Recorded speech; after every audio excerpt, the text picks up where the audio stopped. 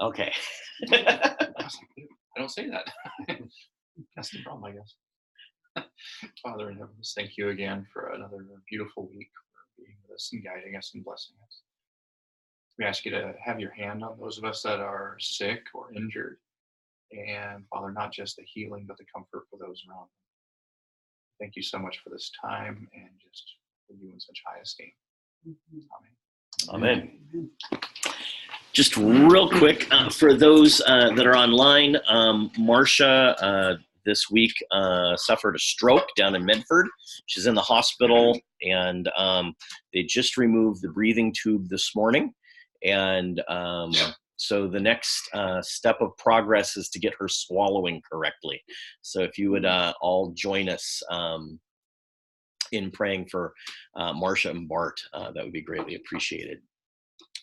Okay, so we are in, let me find it here, the Torah portion Shemot, if I understand correctly. I thought it was Mishpatim. Oh, I know. I could be off. I thought we were in Mishpatim. Weird. Maybe we are, and I'm off. Let me find my notes here. Do you have a schedule that could be printed off? I think we're off of everybody's schedule, so Yeah, we're definitely. I just have to remember to move my bookmark. That's all I do. I just keep moving my bookmark, and maybe I forgot to move an extra time. I keep crossing off the old ones so that I know where I am. Yeah. Yeah, I think I got a copy of that someplace. How do I new? Which one did you say? James, I thought. We did Yitro last week. Right. Shemot is the very beginning of Exodus, and we did Yitro last week. Oh, Mishpatim. Sorry, Mishpatim. No, I know. No, I was talking a couple weeks ago. Yeah. I only saw the sh in Mishpatim on my screen, the sh, and I went Shemot. Oh. So yeah, Mishpatim is the correct Torah portion. How do you spell Mishpatim? Mem, Shin. No, Rules. Mish. P-A-T-I-M. Adam. Mish. Mishpat I-M. Another piece of housekeeping, everything is slowly moving forward to head to Uganda. And I had a talk with Justina about Tzitziot. And so I'm looking for some seamstresses that might like to produce some Tzitziot to take over to the children. So Chrissy's really fast at them, but she's not here. okay. She should be. We should have sent her with stuff to do on the beach. Reflection, I think. And she's doing nothing. Oh, there. Oh, Looks like a cat. It does look like Oh, a it's cat. a possum. Oh, man. And I can't shoot at the city limits. It's asleep. And oh, there it's moving. Oh, sorry. Where? Right, top of the tree right there behind the blue house. Sorry, ignore me. The apple tree. Oh, Neither It is a possum. There's a target right at the top of the tree. there's a target. Actually, they eat ticks. They grow that way. Bees and junk, so- So this is the 18th reading from the Torah. It's named Mishpatim, which means judgments or right rulings. Comes from the verbal root shafat, which means to judge. Comes from the very first words of the first verse, which is read, and these are the judgments which you will place before them. Exodus 21:1. The first 3 chapters of the Torah portion deliver a legal code of laws and commandments that form a nucleus for the Torah laws. And the last chapter tells the story of how the people of Israel consented to keep these laws and entered into a covenant relationship with God through a series of rituals conducted by Moses. And that covenant was made with all the people that were there and the people who were there were not there, right? So how many of you were at Mount Sinai? No one here. Okay, so that means you're part of this, right? You are part of this because you weren't there. Okay, we got doorbells ringing left and right here. See waiting room, Ruth and Isa. There we go. All right, welcome aboard. We are in the Torah portion Mishpatim, and we will be away from there in just a minute, but get back to my notes here. Boom. Did that. What do you think? Oh. So I want to look at just a couple verses here real quick before I take you off the reservation. So Shemot 23:14. 23:14. 3 times a year you shall keep a feast to me. You shall keep you shall keep Hag Hamatzot, the feast of unleavened bread. And as I commanded you, you shall eat the unleavened bread for 7 days at the appointed time in the month of Eve. For in it you came out of Mitzrayim. None shall appear before me empty-handed. You shall keep the feast of Shavuot, harvest, feast of harvest, Pentecost, of the first fruits of your labor, of what you sow in the field. You shall keep the Sukkot, feast of ingathering, at the end of the agricultural year, at the end of the year. When you gather in from the field the fruit of your labor, 3 times in the year you shall all your males appear before the Lord your God. So in James 1:22, it says, "Be not hearers of the word, but doers of the word." So I don't want you to hear me talk about this. I want you to figure it out yourself. That's being a doer.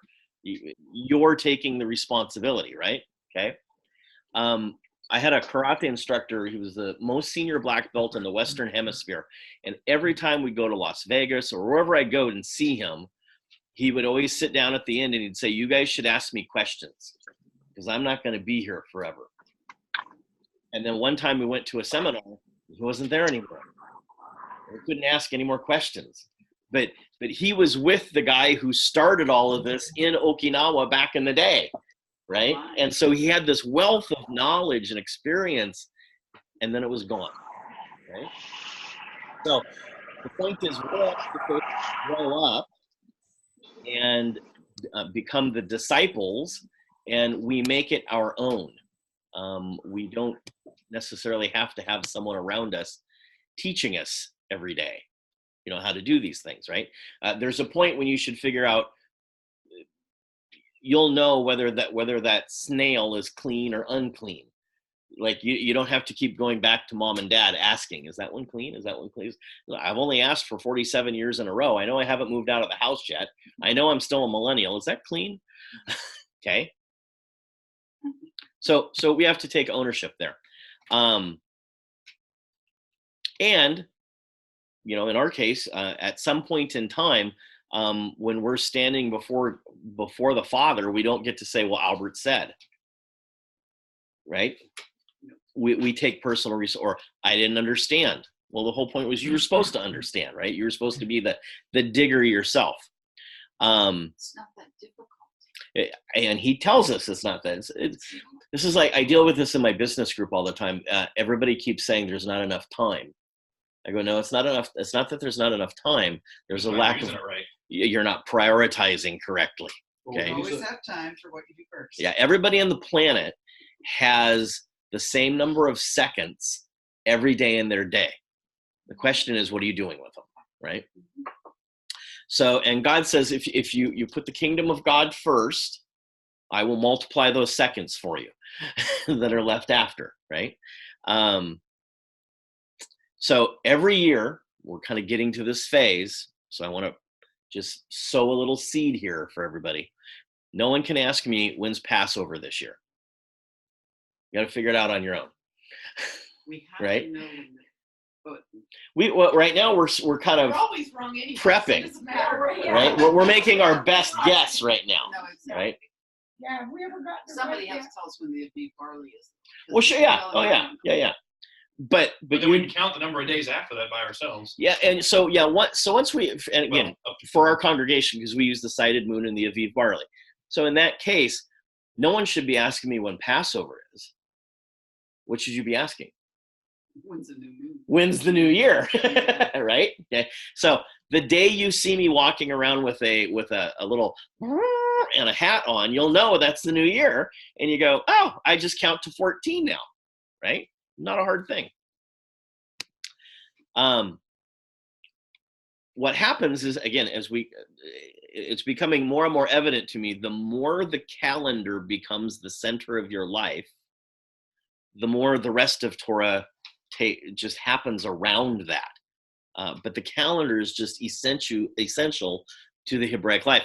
But again, what happens is we come into this and go, well, now we got a new calendar. Well, I'm overwhelmed, right? Well, okay, so we had the Gregorian calendar. We have the Julian calendar. So the Julian calendar went to the Gregorian calendar, but those people had multiple calendars at first, and they had to figure this out, right? We have work calendars, religious calendars, agricultural calendars, biblical calendars. We're all running multiple calendars anyway, right? Did school start? When's band practice? You got a band calendar now, right? When's karate? What's the karate schedule? Well, now you got a karate calendar going. We all do this, right?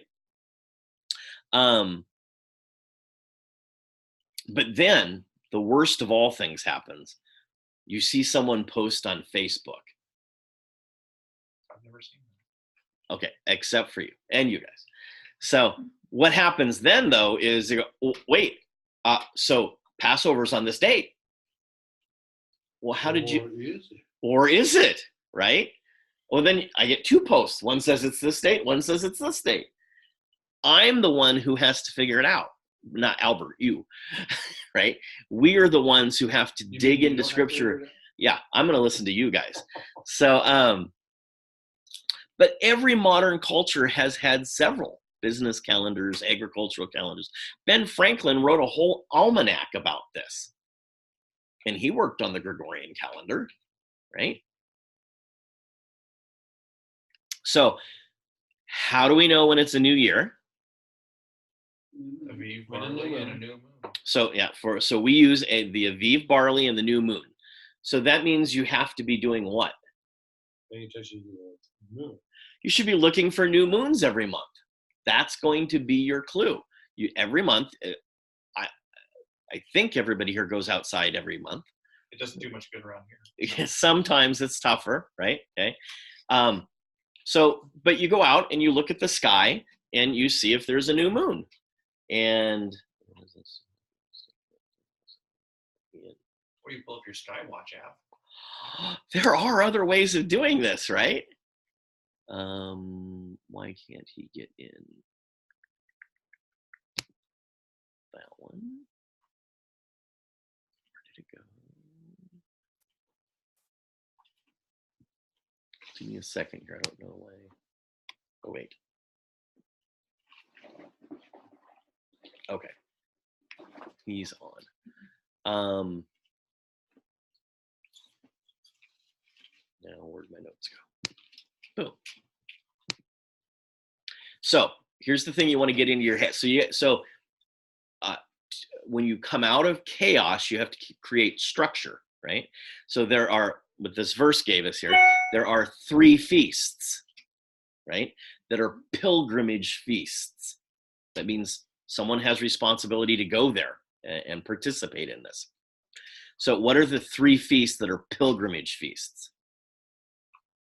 Passover. Sukkot, Shavuot. And Shavuot. Those are the big 3. Your life runs around those 3 things, okay? So, and this is really fascinating. So I was asked in our business group to do what they call educational moments. It's like 5 minutes every week for the month of February. And in the process of doing this, they came to me and they said, we want you to do it on character and as it relates to business. And I go, oh, business ethics, that's an oxymoron. Okay, I'd love to talk on that. That sounds really fun. And one of the big problems, again, that everybody in the group seems to have, or at least their complaint is, there's not enough time. And I totally understand that. I totally get where they're coming from when they say that. When I started down this journey, the calendar was was really what hooked me with this whole thing first. And I discovered there was this thing called Shabbat. And what I did is I put this giant X on my calendar on that day for every week. And it was in red. and nothing else could go on that day. It just didn't fit anymore because it was blocked out. And I realized that this was okay because my dentist does the same thing. He wants to have a golf appointment at a certain time, and so he blocks it out, and mysteriously, no one gets assigned appointments during that time. It's like, that's a pretty good deal, right? How do these people figure these things out? Oh, yeah, I did the same thing with Shabbat, right? I just put an X. So what happens is everybody wants to show up late to the meeting, or they're getting subs to come to the meeting and stuff like that. I'm like, how is this so hard? All I did is I went to my calendar, and on that block of time, I put ONE, and nothing ever gets scheduled on that time now. It's really not that difficult, right? They do it for work. They go, oh, I have to be at work at 8:30 in the morning. So they put a boundary there, right? And they go, and I'm going to be done at 4:30, and so that means work, and that's what they do during that. So big three: Pesach, Shavuot, Sukkot. Those are the pilgrimage ones. You have to be at those, right? Okay, so we have to know when the new year is. That means it's our responsibility to actually go outside and pay attention to the moon sometimes. You don't have to do it every night, right? Some nights we can't here, but you're paying attention to it, right? So then we have to ask the question, when does a day start? Evening. In the evening when the sun goes down, right? And some people have the rabbis over time clarified that to 2 or 3 stars in the sky and stuff like that. If that's your thing, that's great. Okay. And it Difficult in our area. yeah, well, and it changes depending upon where you are in the equator.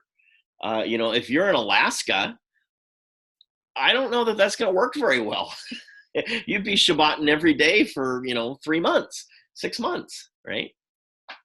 So for them to say, okay, well, at 6 o'clock we're calling it, and you've just moved forward, I get it. That's reasonable where they're at, right?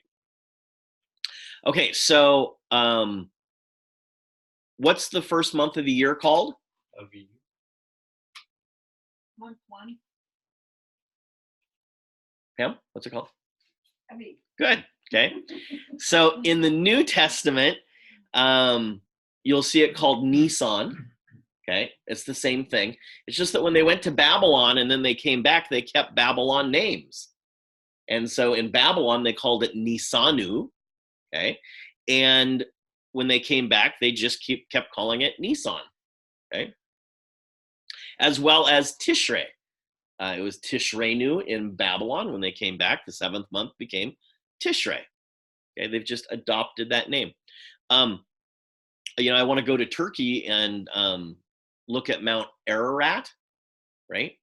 But Mount Ararat is kind of the Akkadian Babylonian name for it. We get it into the Bible in several places, but in their language, it was Urartu. That U sound at the end. Nisanu, Tishreinu, Eratu, or Uratu for them. It was the name of their kingdom. Uratu, okay? It's what we call Armenia today. Same thing. So that U at the end isn't a surprise. So we have the month of Aviv. That's the first month of the year. And then how do we get to Pesach? Count how many? days. 14. And Pesach is going to start at what time? Yeah. Late afternoon, Sunday. Okay. just before sundown, Why doesn't it start after sundown? because then it would be day 15. Because that would be day 15. So it starts, what scripture uses is between the evenings. Okay. Between noon and the sun going. Yeah, at its height and its setting, right? 3 or 4 o'clock. So how long does it take to cook a lamb? It's going to, take a couple hours to do this, so you got to plan accordingly, right? Is it okay if Pesach runs over into the next day? Yeah, absolutely, right? We just have to have meat done. Correct. Okay. So when you cite that month, you check to see if, again, we use a barley calendar. So we check to see if the barley is mature. If you have the new moon and barley, then you get a new year, a new month. year. In this case, yeah, a year in this case, okay? But both. You get a new month and a new year. It's a twofer, right? What if the barley isn't mature? You wait a month. It'll probably be ready the next month, so you can plan ahead. It'll be ready the next month. And we're going to know exactly what that date is 30 days early or 44 days early, right? You could be off by a day or two, depends on the moon site. It could be pretty darn close. So the key event is New Year's. Watch the moon, look for the 13th moon. The 13th moon becomes 1 if you and we start moving forward towards Pesach then. Okay? So that's I want you guys to ingrain that. I want you to practice counting the months. Practice looking at the moons. Because if you get the calendar ingrained in you, the other stuff just fits within that, right? But otherwise, we're just fighting the calendar our whole lives, and we got one foot in each world type thing, right? Did we just have a new moon? No one's coming. When? Soon. So Very soon. Very soon. Yeah. Probably in just a few days. Another day. That's correct. Okay. Okay. Very good. So again, James wants us to be doers of the word. Okay. And this is part of the process of being a doer, or another, an equally good word for doer would be disciple. It means you're a student and you can do it yourself. You're taking that responsibility on yourself. Okay, I think, so let's head to the book of Yaakov.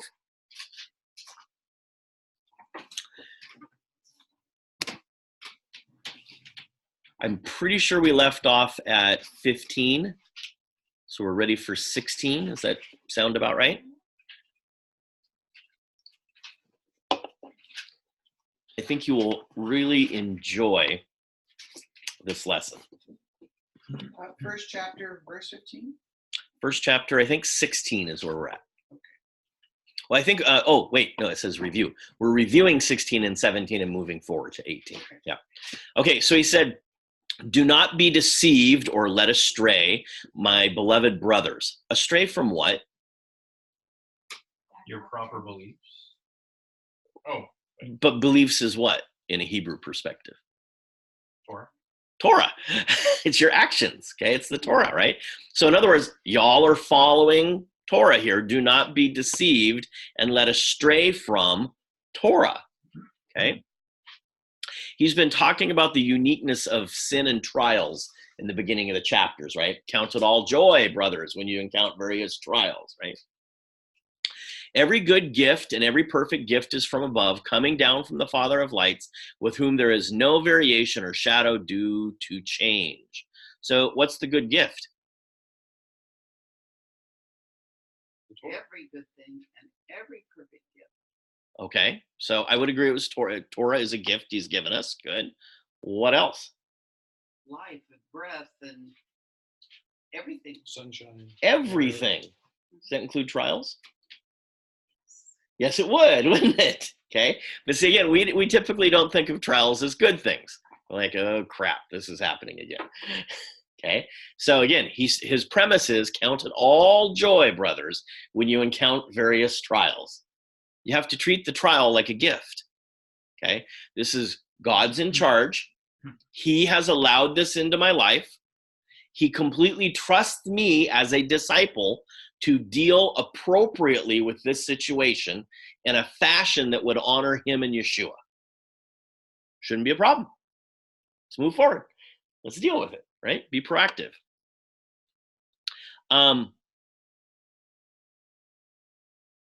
So at the end there, it says, with whom there is no variation or shadow due to change. So what doesn't change?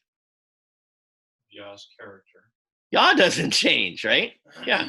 Does Torah change? Torah doesn't change, right? Okay. So 118. Of his own will or purpose, he brought us forth by the word of truth, that we should be kind be a kind, or some will say a certain kind, of first fruits of his creatures. So did you see how I made the connection back to Mishpatim? We were looking at first fruits when it started there. It said first fruits. Now it says first fruits. Where do you suppose James got the idea of first fruits? Might have been Torah. It could have been, right? Do you think he made it up? I doubt Was this a new concept that he's trying to teach the new believers in Christ? No, they should already know it. They would have already, culturally, they would have been familiar with it, okay? Perfect example. Rich looks out the window and he says, oh, look, a possum. I said, oh, look, a target. But you called it a possum. I would have looked out and said, is that a Yeti? I don't know what a possum looks like. I couldn't tell the difference between a possum and a squirrel and a chipmunk, right? But because of your growing up and your background, you knew that. It was a natural thing. I'm the urban guy. He's not the urban guy. He grew up around, shooting things and stuff like that, right? Okay. your education is severely lacking if you can't tell a difference between In certain areas, very much. I totally admit to that. Good. It's amazing I made it this far. Really. It is. Yeah. It is. Let's see. Where did this? Oh, so of his own will or purpose, he brought us forth by the word of truth. So what do you suppose the word for word is there in word of truth? Probably Torah. This is in Greek in James. What would the Greek word be? Logos, right? Okay. So we did a whole teaching on this a couple years ago. Logos is scheme, plan, or design. Now, it gets translated then as Torah and covenant, because that was his scheme, plan, and design for everybody, okay? That does not mean that the doctrine of predestination, that Jesus was in existence standing in heaven before he ever showed up to the earth, is correct, okay? It was the plan to send Messiah that was intact, not him physically, okay? So the word for first fruits there is reshit. Again, not a new idea to James and not a new idea to his audience. And he might have known the Hebrew name of the first book of the He might have, yes. There are many scriptures throughout the Tanakh that talk about first fruits. It was common parlance in the day, right? A couple examples. Can someone find Proverbs 3, 9, and 10 for me? And then someone else find Ezekiel 44:30. Okay. Jeremiah 2:3. Great. And Exodus 23:14. I'm already there. Perfect. And I need Romans 11:16. So who has Proverbs? Right here. Go for it. Proverbs 3, 9 and 10. Honor Yehovah from thy substance and from the beginning of all thine increase. And filled are thy vines with plenty, and with new wine thy presses break forth. That's Young's Little. At the right spot? Was that 9 and 10? I think so. Then that's the right spot. Did you hear it in there? First fruits. From the first fruits of your crops. The beginning of all thine increase. The beginning, Reshit. Yeah, okay. Ezekiel 30. 44:30. The first of all the first fruits of every kind and of every contribution of every kind from all your contributions shall be for the priests. You shall also give to the priest the first of your dough to cause a blessing to rest on your house. Okay, so first fruits again, right? Jeremiah 2:3. Israel was holy to the Lord, the first of his harvest. All who ate of it became guilty. Evil came upon them, declares the Lord. So Israel was the first fruits. Exodus 23:14. 3 times a year you shall hold a festival for me. That's the whole verse. That's all of 14. Does it mention first fruits in 15? You shall observe the feast of unleavened bread, eating unleavened bread for 7 days, as I have commanded you at the set time of the month of Aviv. For in it you went forth from Egypt, and none shall appear before me empty-handed. And the feast of the harvest of the first fruits of your work. Boom. There it Okay, is. you're reading JPS. That's why you're at one verse Oh. off. Good. Excellent. First fruits again. Romans 11:16. Now, if the first fruits are holy, so is the whole batch. And if the root is holy, so are the branches. Okay, so read the first half of that again. A. Now, if the first fruits are holy, so is the whole batch. So if the first fruits are holy, then the whole batch is holy. Batch of what? So your first fruits. Which would be what? In this case, it's going to be barley. Okay, so grains, Harvest. right?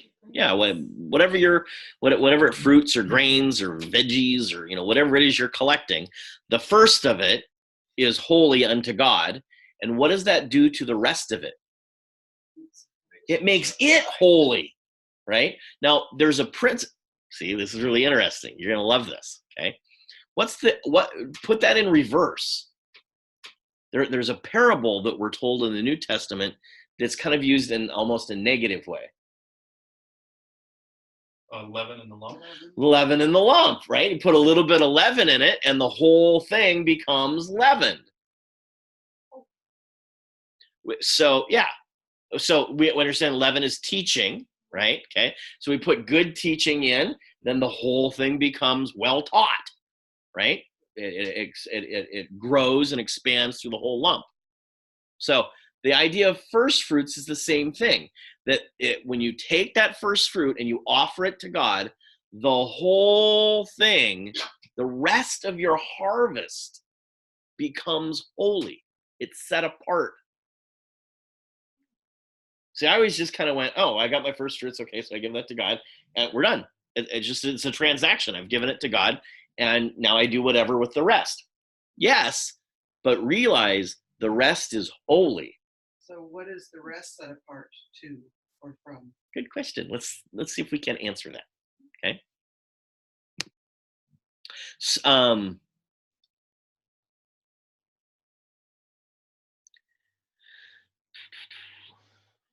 Okay, so we did all that.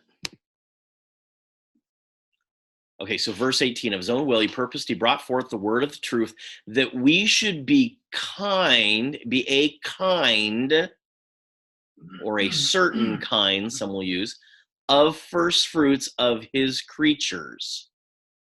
Who is the first fruit?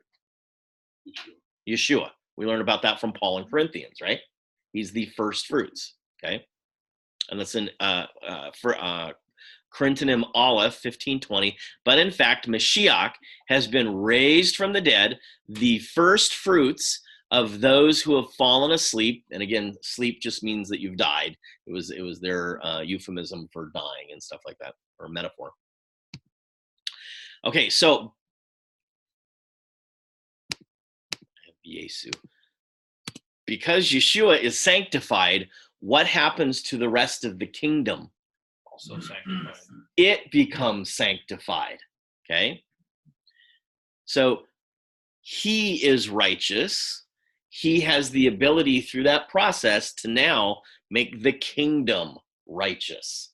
He had good leaven in him, and that affects the rest of the kingdom. Hallelujah, right?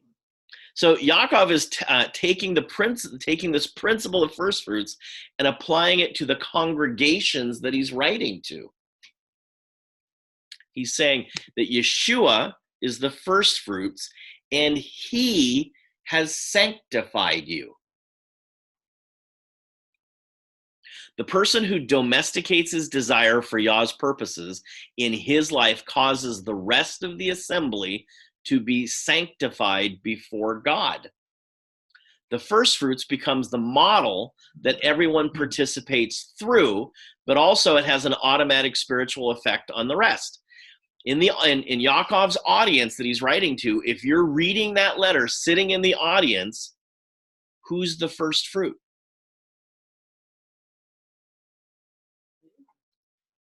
The reader is. That's right. They're sitting there and they're going, wait, I'm the first fruit now. He sanctified me. He has made me set apart and holy. He makes me righteous, right? Spreading the leaven. It's the leaven is spreading, correct? Okay. He is not saying we all pick the best one in the synagogue and and they are the first fruits and everyone else will just ride on their coattails. Okay. Which is kind of like a weird way of talking about Luther's imputed righteousness. We just take Jesus's righteousness and put it on us like a coat, and then I just ride on his coattails without ever having to do anything. Okay. So each of you is a first fruit. Question Of a is certain type. of a certain kind, right? Okay. The question is, who are you a first fruit for? See, the effect spreads in the lump, right? Okay. So number one, your behavior affects the spiritual condition of the congregation, those around you. We learn by watching, right? And secondly, you're a first fruit for your legacy. Your children watch you, right? You know, they grow up in the kitchen or on the farm, and you go, don't eat that. That's pig. They go, okay, why? Because kids love to ask why. All you gotta do is say, Yeah. that's You why. go, well, so God says don't eat that, so we don't eat that in our family. Oh, okay, I got a reason now. Move on, right? So that leaven, that good teaching, spreads through the whole lump. The first fruits, the principle there is that first fruit is the same way. It's spreading. It's spreading through your legacy, right? And it's spreading amongst those around you, okay? So I'm sitting at Washburn yesterday, as usual, minding my own business. And I'm typing on the book of James here, studying and stuff. And Nita comes in. She sits down, and then David comes in. He sits over there. And she says, oh, David's working on this hotel thing. They got the contract inked now that they can do this hotel. And so he's talking to all the city managers over there. And she has this Juice Plus weekend event going on. And so they're all meeting with her, getting it ready. And I'm kind of sitting in between these two groups, you know. And so then she introduces me to all of the people at her table. And one of them goes to Saddleback Church down in California. And so she introduced me as being a pastor. And I go, well, I don't like using that term and stuff like that, but it gets kind of, I lead a group kind of thing. You know, I teach Bible. And so all of a sudden she's sitting next to me and she's like, you know, so tell me what you do. And I said, well, so, you know, we're a peculiar group. Again, like where do you start the conversation about these things? And you don't want to go wrong, you know? And so, yeah, right. Yeah. You don't even want to know what we do. So, so I said, yeah, you can, exactly. So I said, you know, in Matthew 15, there's this conversation and Yeshua teaches that there's a difference between traditions and commandments. And she's like, yeah, that kind of sounds familiar. And I go, well, what we did is we just got rid of all of the traditions we could find and we only keep the commandments. And she goes, yeah, I'm kind of that way too. I'm thinking, Yeah. I'm thinking not, you know, I don't think you know but what you're saying. I don't, yeah, exactly. You may not know what that word You're not means. thinking- I don't think that word means what you think it Right, means. right. So, Inconceivable. boom. Inconceivable. So, so it turned out to be a very positive conversation and stuff like that. You know, I had a great time with it. So those around us, we have an effect on those around us, right? And so Nita's sitting there and she's kind of listening to me talk about this. And she says, yeah, he's really interesting. You'd really like him. He has some really fascinating things to say. They really challenge you. So again, I've been around her for a couple years now, and she's finding everything that comes out of my mouth to be very interesting about the Bible. And pushes her. Yeah. Right. So again, that's just, it's Yeshua was the first fruits. Now I'm a first fruit, and it's spreading, right? That's the principle he's trying to get across here. So let's look at Acts, Maaseh, Acts 16:25-40.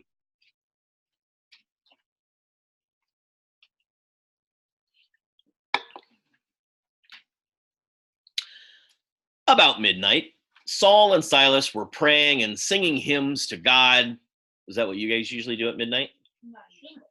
Not usually. And the prisoners were listening to them. Oh, you're supposed to do this when you're in jail. That's the thing. Do you see a lot of that in the jail at midnight? No, if somebody move them. Okay. And suddenly there was a great earthquake, so that the foundations of the prison were shaken. And immediately all the doors were open and everyone's bonds were unfastened. What would you do if that happened? Do you guys have a plan for that? Run. Sprint. Midnight, I'm going to be at home. Thankfully. When the jailer awoke and saw that the prison doors were open, he drew his sword and was about to kill himself, supposing that the prisoners had escaped. Now, why would he do that? Because he was responsible. Gets away. This is what He's going to be in trouble. Yeah. Okay. So the jailer called for the lights and rushed in, and trembling with fear, he fell down before Paul and Silas. When he brought them out and said, "Sirs, what must I do to be saved?" And they said, "Believe in the Lord Yeshua, and you will be saved." Here it is, you and your household. Because the assumption is once he's saved, he's going to learn things and share them with his family. They're just not automatic. See, now I always read that and I went, okay, so saved, like how did they get, like where was the altar call?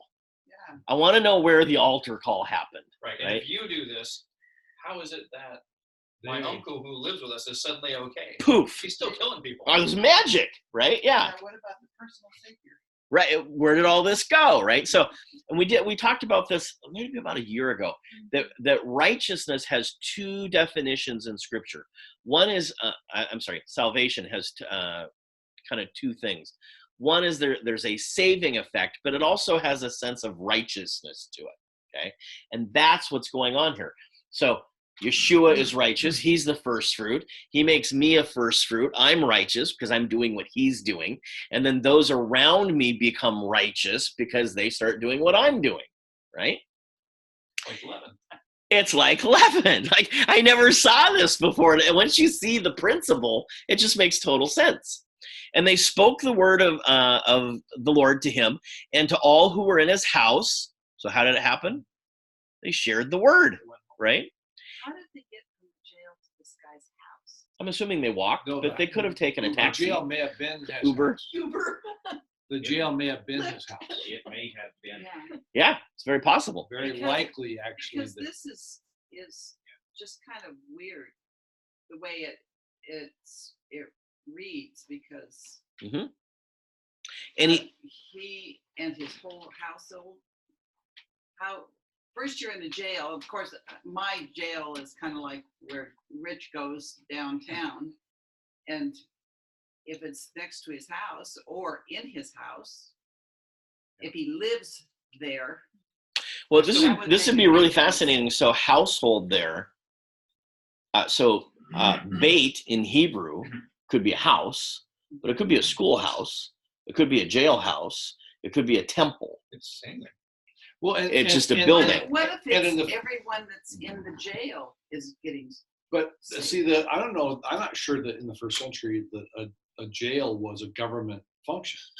Mm-hmm. It probably wasn't. The Romans said, "Hey, somebody want to set up a jail for us, and we'll pay you thus and so to keep these people." And unfortunately for you, if you let them go, you die. But we'll pay it pretty good. So I completely agree. Let me just go a step further. Today we have something called house arrest. Right. So what Paul was arrested and stuck some, it doesn't have to be the modern jail bars kind of thing, right? Okay. So it could be that he was jailed in his house here or something. I don't know. Or in a house. Or in a house, yeah. So, and he took them in the same hour of the night and washed their wounds, and he was baptized at once, he and all his family. Then he brought them into the house and set food before them, and he rejoiced along with them, the entire household, that he had believed in God. So notice the effect. It's him and the household, okay?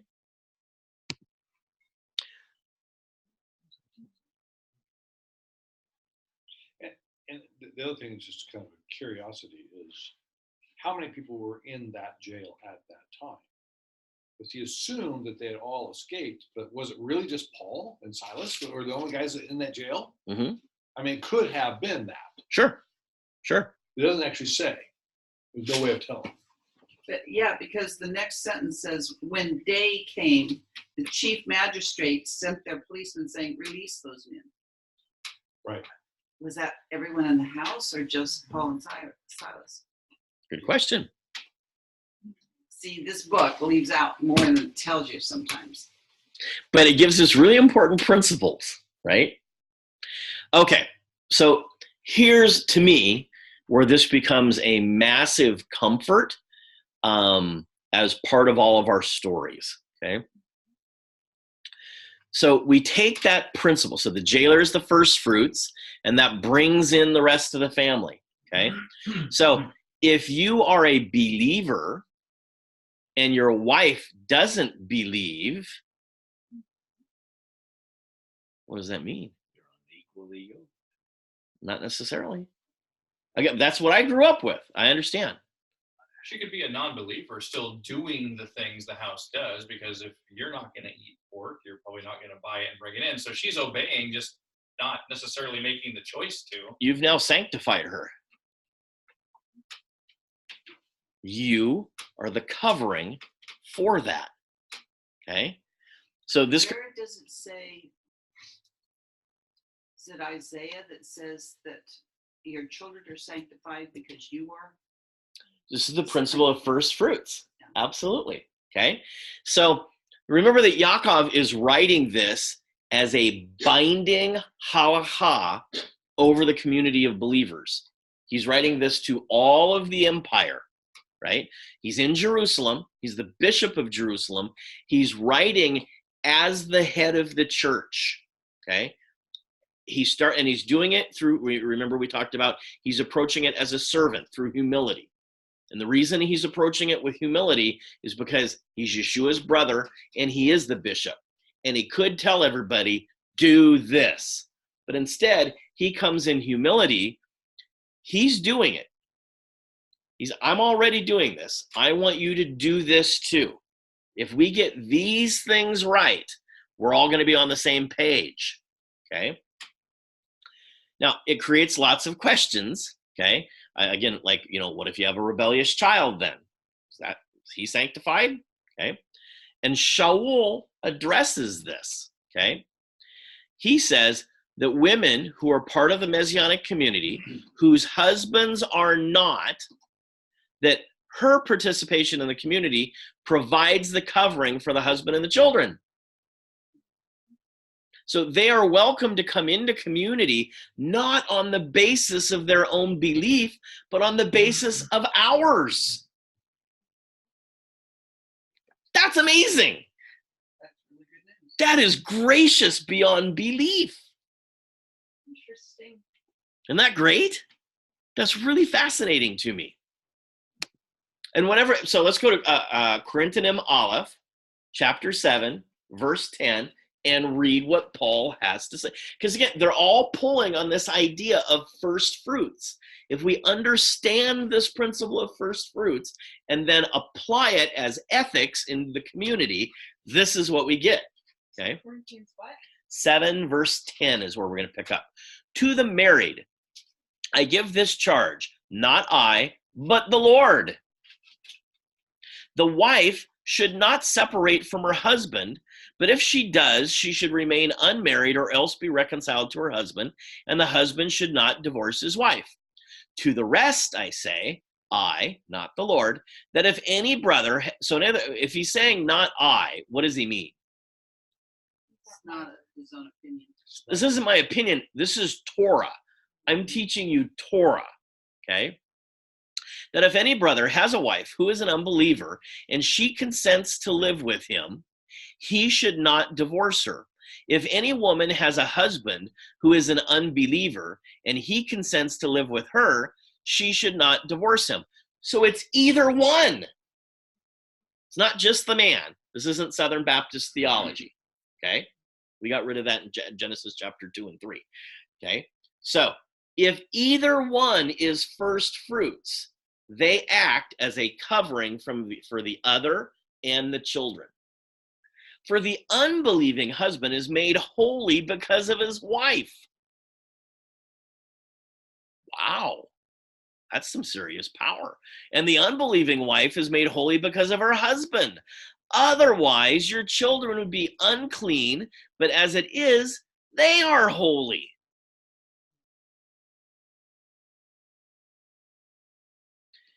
I know you guys like coffee and stuff like that, but I've discovered a whole new reason for coffee.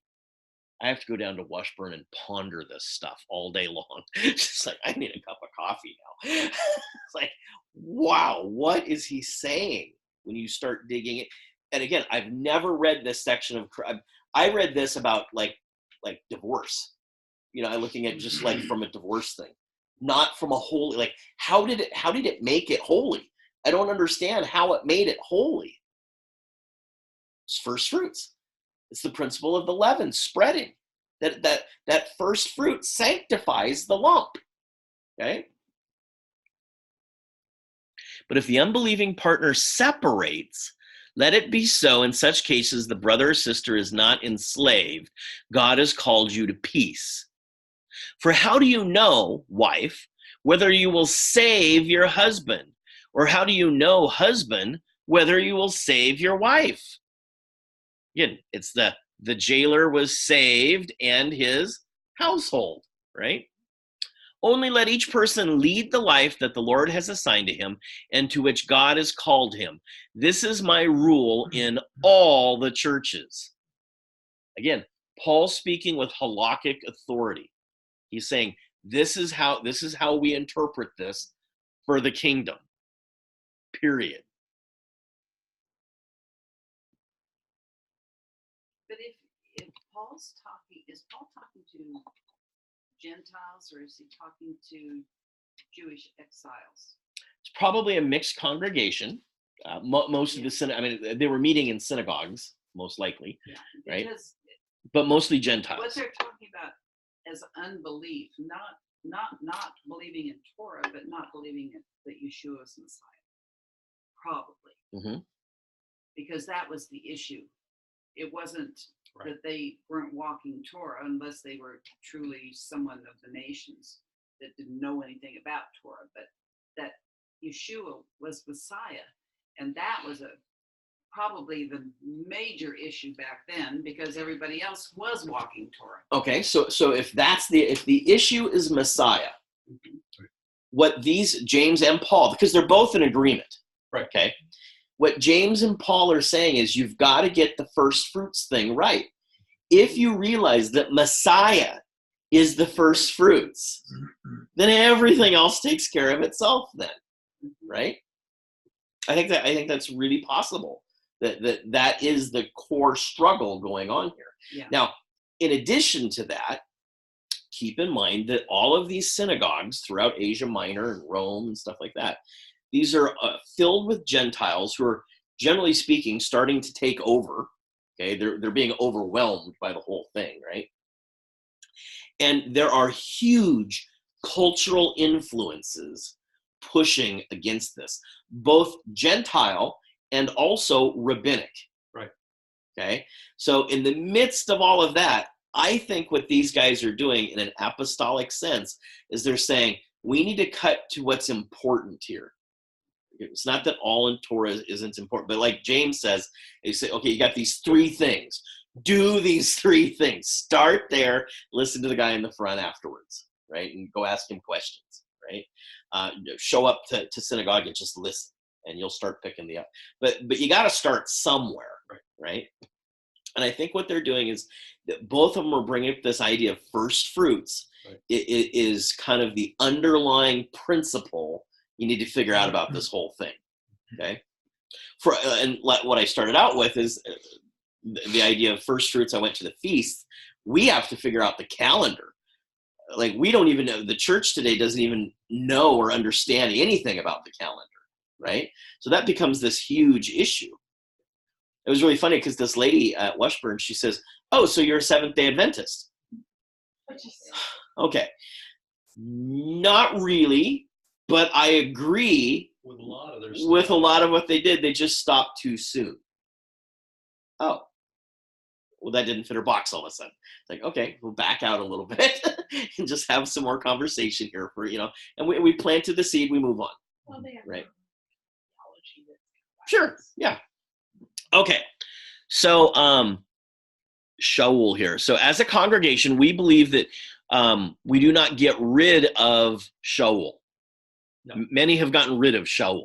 Okay. So we don't take that position, right? Just because we don't often understand him, as some are given to do, including Peter, doesn't mean we get rid of him. It's not a baby in the bathwater thing, right? So we start with the position that Yah, Yeshua, and Shaul are all smarter than us.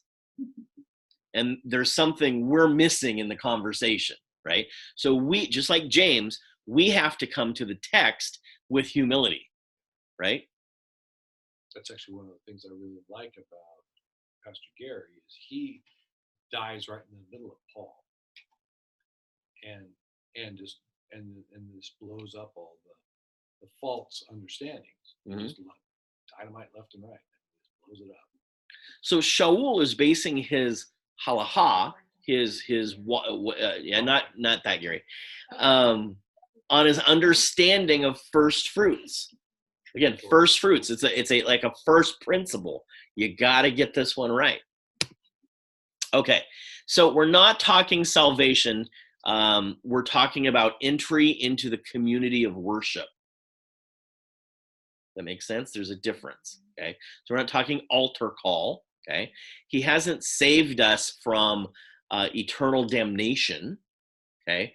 We're talking about them showing up. So so they can start learning how to get to that point. yeah, again, so without the hearing, nothing takes place, right? You have to hear the gospel, okay?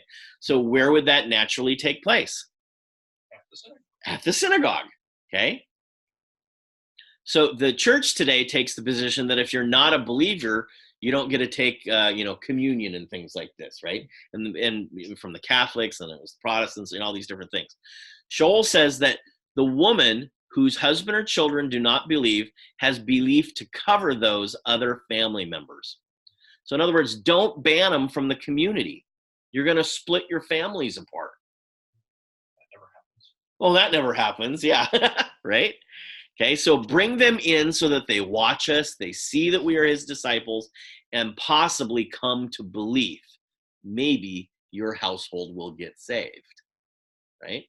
So, only believers can show up here today. It's a special group. No one else can come in. Well, okay, we just created problems then, right? How's that loving your family? I mean, loving your neighbor includes your own family, right? That's the first neighbor. Right? Someone should have taught me that sooner. So the other side of the equation, a rebellious child is warned. Your rebelliousness can be serious enough where Yah really starts paying attention to what you're doing, and it could turn out bad for you. There are rebellious children. Now, we have no extant literature whatsoever of the rebellious child commandment ever being applied. The commandment's there, but we have no examples of ever being used. Doesn't mean it wasn't. We just don't have any examples of it.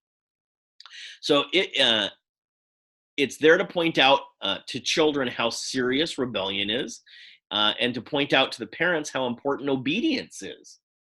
You don't want to go down this road. This is a really bad road. So if the rebellious child commandment is fulfilled, are the parents happy at the end of this? No. No, because they have. No one's happy. They have to kill the first stone. You bet. Okay. Lose-lose. It's a lose-lose scenario. So it's speaking to both parties there, right? And the idea that it never happened maybe is pointing to how serious the whole issue is. You know, maybe that's why we don't have the evidence. One possibility. So what would normally happen with a rebellious child? The community would go through every attempt to bring that child back to obedience and fellowship. Again, it's a community issue, right? Okay,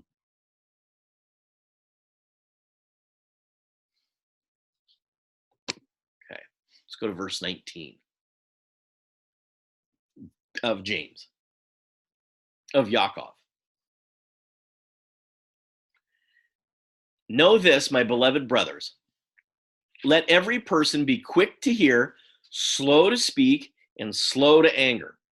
So that first word there, know this, is to see. It's ra'ah. Let me start again. So we have two Hebrew words for know, like to know something. So we have da'at. Give me a second. Yada, thank you, is to know something intimately from experience. Okay, so when it says Adam knew his wife, he knew her intimately. Okay, but we also have ra'ah, which is to see. Okay, so the idea of yada is to perceive, but it also has this connection to do it. So know this, my brothers. He's not saying be aware. He's not making like a cognitive argument or something like that. Like the Greeks, know this, right? He's saying do it. Okay. So if he uses beloved brothers, what do we know about his audience? Believers. They're believers. Okay. He's definitely speaking to believers in this case. Okay. He's coming in humility, not lordship, but servantship. And Yaakov gets really practical now. You each have, we talked about this before, you each have kind of a personal DNA proclivity to this explosion of desire inside of you. Everyone's desires are individual. My desire towards, karate is different than your desires towards karate, right?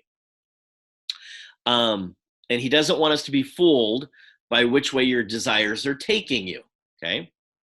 So we want to look to understand our motivations to see if they come from the Father of lights or if they come from just our own personal desires. So we need to understand that we have a role to play as first fruits. And here's how you can start practicing that. Swift to hear, slow to speak, slow to anger. That's about as practical as you can get, okay? And this is why Luther hated the book of James. He didn't want it in. He used to joke that they would light the fires of the academy, the school, in the mornings with James. Rip it out, throw it in the fire to start it. He didn't want anything to do with James because it was so Hebraic. And the reason it's so Hebraic is that it tells you what to do. It's very, what we would today say, practical. It's very straightforward, right? If you're going to cook eggs, don't do it on high. It's a very practical thing, right? Doesn't you're coaching how it works. Yeah. If you it doesn't require huge volumes of discussion to figure out how to do that, right? Okay, so swift to hear, slow to speak. It does not say don't speak. Think before you open your mouth. Correct, okay? Proverbs talks a lot about this. The idea means to consider your words carefully, be deliberate about what you say, so that you account for all the factors before you say something, right? Slow to anger. What does it assume? If he wants you to be slow to angry. So what's the premise? Somebody's going to make you angry. People are going to make you angry in life. Okay. So we need to be, when you see that anger, okay, this is my time to not react. I need to think about this. I need to respond and not react to it. Don't say Right? you can't get angry. Just be slow to get It there. doesn't say you can't be angry. Anger isn't the sin. Okay. Jumping is the sin. Yeah, jumping into the phrase, the sin, right? It might even say bite your tongue, because he says a lot about tongues later, right? Biting your tongue would be totally a Jamesian thing to say. Jacobian. Jacobian. Yeah. Verse 20. For the anger of man does not produce or work out the righteousness of God. Yeah. That's The anger of man does not produce or work out the righteous. Achieve. Okay. Usually when humans get angry, they lose control of their mouth, they lose control of their thinking process. If it really is that angry, I'm just not an angry person. Very seldom that happens.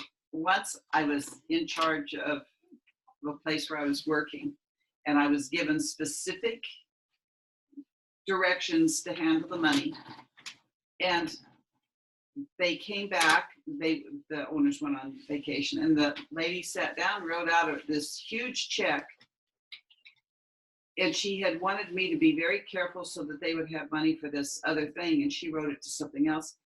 I got unreasonably angry. I mean, for me, I don't think I said anything, because I would have bit her head off for her making me do all of this, and then she went against her own word to me. And oh, hello, kitty cat. Anyway, I remember that because of the emotion in me. Hey, I've never been that angry. It was just unreal. It was a really not righteous anger. So there is, theologically, a lot of theologians have problems with Yeshua walking into the temple with a whip. Okay, because in their mind, God can't be angry. Right. And so But God never changes. So all of a sudden, all these little things start, coming together there, right?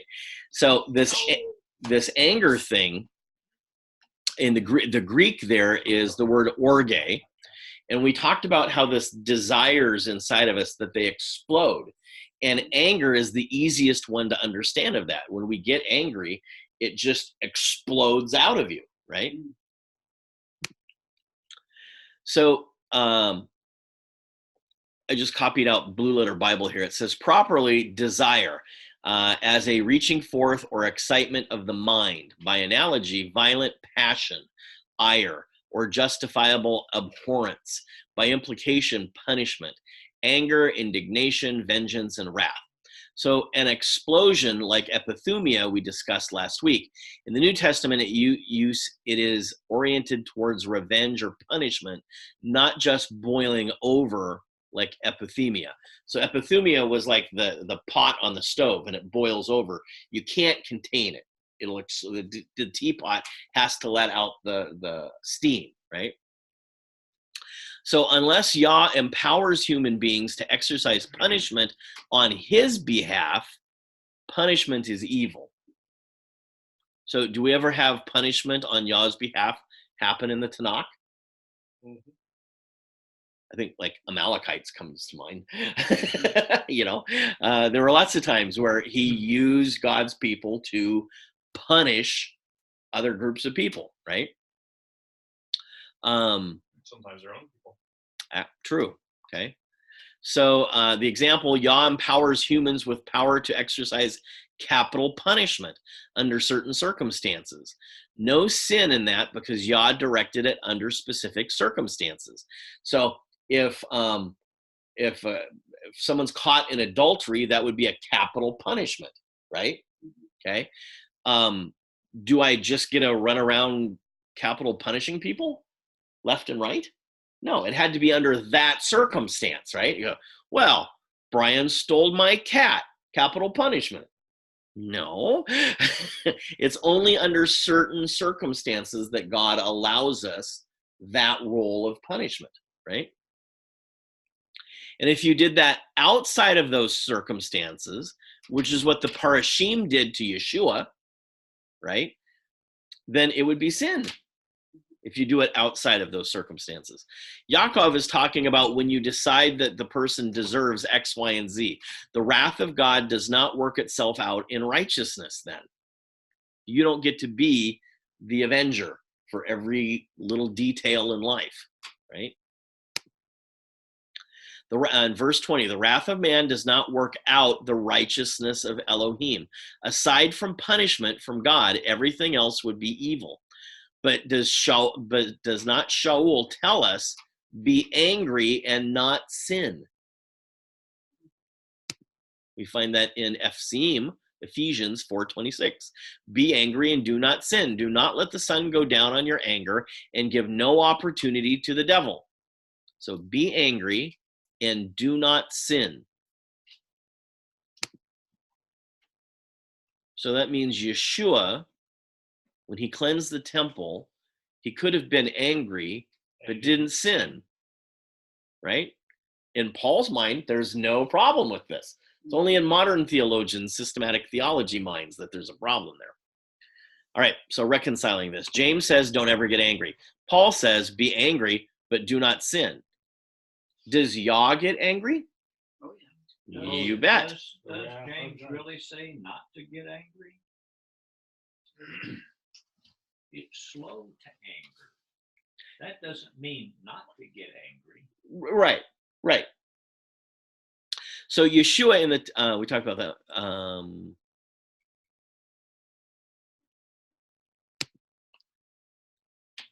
Psalm 103, 8-13.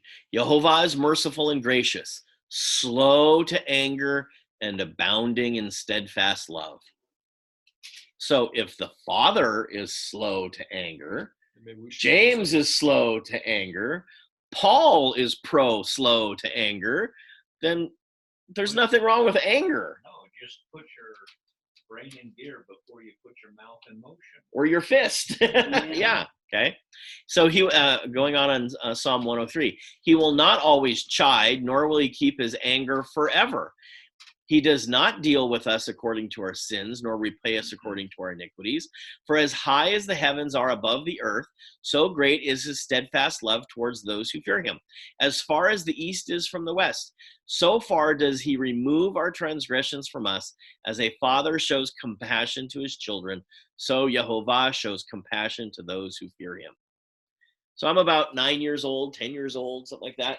Backyard, mom and dad had bought a pool. In-ground kind of pool, and they came in with shovels and they dug out all the dirt, and then they put the frame in, and now it was time to put the liner in. And so dad comes in, he says, we need your help out here. I want you to come out to the pool. I'm like, great, this is going to be fun, whatever. And so I go out there, and they're putting the liner in. And of course, you want to smooth out all the wrinkles in the liner. You want it as flat as possible and stuff, So they have several people walking around in the pool, smoothing these things out. And so they need extra people holding the liner. And so he puts me over on the side of the one side of the pool, and I grab onto the liner. He pulls it out, and he goes, now hold it there. Don't let go. No matter what, you can't let go. Very important. Yes, Dad. And I'm holding on, and it's getting heavier, and it's getting heavier, and there's more and more tension on it, and whoop, it falls out of my hands. And all the water rushes in behind the liner, and it washes the sand out from underneath. And they had to drain all the water out of it.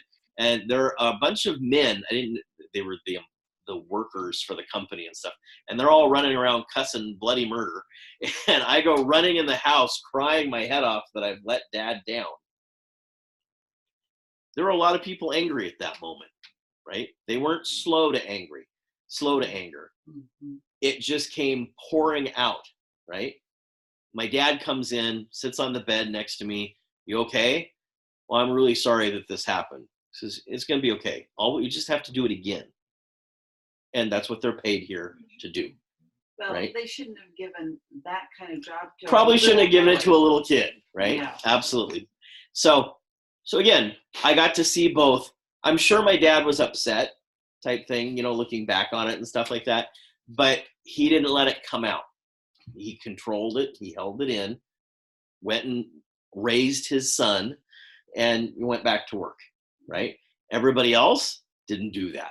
They just let it erupt and come out, right? Yeah. Yeah, there were words I had never heard. Oh, So good thing we didn't have Google back then. I would have looked them up. So, okay, so what did Shaul mean? He says, be angry and don't sin. Anger's not the sin. So what does he have in mind? Remember that Yeshua says in the Gospels, to speak raha of a person is like murder or anger, okay? So let's go to Medit 5, verse 21 and following. You have heard that it was said of those of old, you shall not murder, and whoever murders will be liable to judgment. But I say to you that everyone who is angry with his brother will be liable to judgment. Whoever insults his brother will be liable to the council.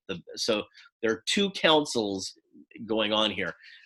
This is the small Sanhedrin, the small Bet Din, okay? Not the big Sanhedrin. And whoever says you fool will be liable to the hell of fire. So if you are offering your gift at the altar and there remember that your brother has something against you, leave your gift there before the altar and go up. First, be reconciled to your brother and then come and offer your gift. Come to terms quickly with your accuser while you are going with him to court, lest your accuser hand you over to the judge and the judge to the guard, and you will be put in prison. Truly I say to you, you will never get out until you have paid the very last penny. All right, so I'm 16 years old. I just got my license. And of course, the thing in our town that everybody did when you got your license is you drugged the avenue on Friday night. So I had saved up my money. Pam, you would have been very proud every penny I saved. And I saved it up and I bought my first car, a yellow B210 Datsun. No frills, and I put a new radio in it. Right? Important. Yeah, we did the important things first. Yeah. Did it have FM? It did. it was cassette with stereo speakers. I mean, I was rocking it, right? It may have been a Pioneer, yeah. So driving down the avenue about midnight, okay, and I'm right just about to where you're gonna kind of turn around and come back the other direction, right? And this kid on a bicycle comes riding right up next to it, and he grabs the door of the car, and he's getting a free ride, right? Smokey the Bandit was sitting at 11 o'clock, and he saw the whole thing, right? So I get, a half block down, all of a sudden the lights turn on, and the kid lets go, rides down an alley, and the cop follows me and pulls me over. He gives me a ticket for negligent driving because I was towing this kid on my car. I said, I didn't know who the kid was, and I wasn't towing him. He came and latched on to my car. Here's your ticket. This was not a good start to dragging the avenue. So now I have to go home and tell Dad. So I show Dad the ticket, and he says, well, we're going to have to go to court. Looks like it'll learn something new.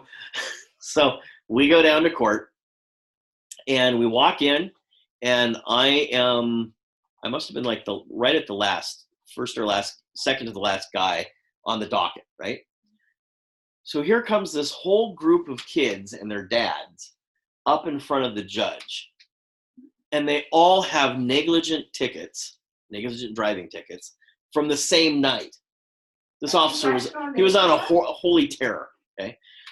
And the DA comes up, and he's standing there, and he goes, Your Honor, we've made a plea deal with these kids, And so they're all getting off with,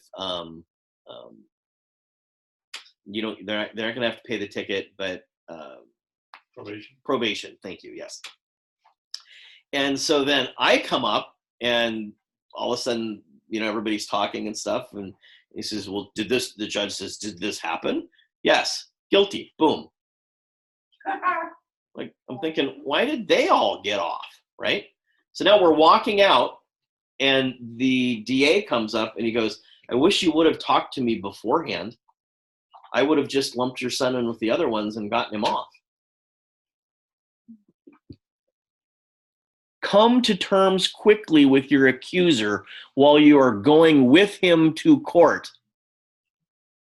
Dad never read that verse, I don't think. Okay. We didn't know that there could be a plea deal on a traffic ticket. So I got the ticket, right? Suffer the consequence.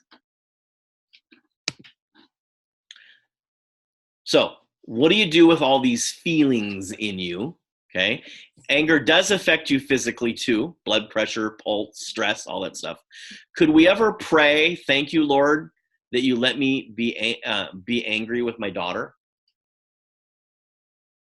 Oh, I've been angry with Chris many times. Have you ever prayed thank you to the Father? I doubt it. Okay.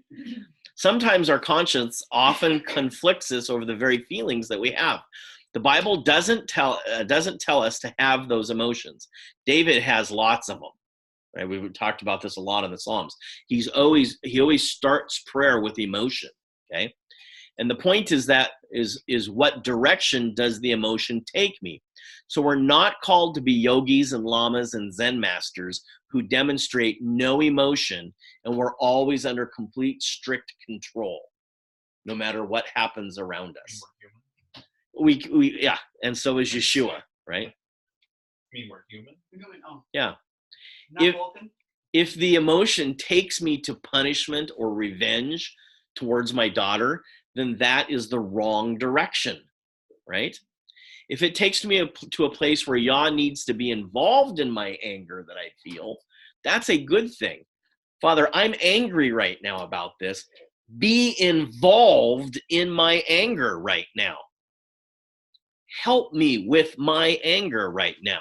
Is it a righteous anger? Is it coming from a good place? Is it coming from a righteous place? Yeshua's anger came from a righteous place. They were defiling the temple of his Father, right? So when these things come up, there are opportunities to invite the Father into that emotion, to teach you about it, to domesticate it, right? To, James uses the word bridle it, okay? Again, he talks about the tongue a lot. The tongue can get you in trouble. We have to bridle it, right?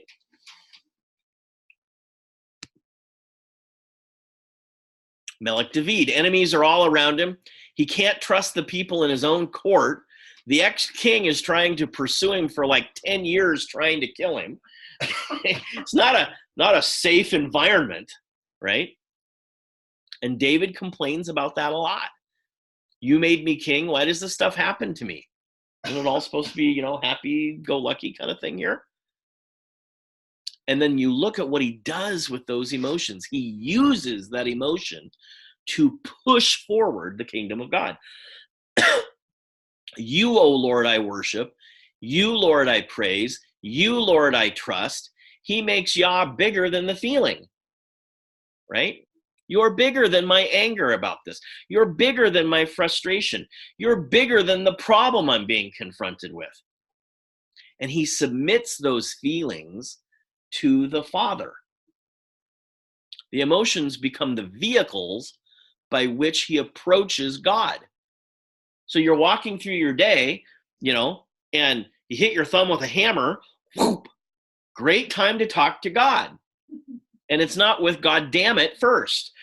That's not how you introduce it, right? Oh, Father, thank you for my throbbing thumb.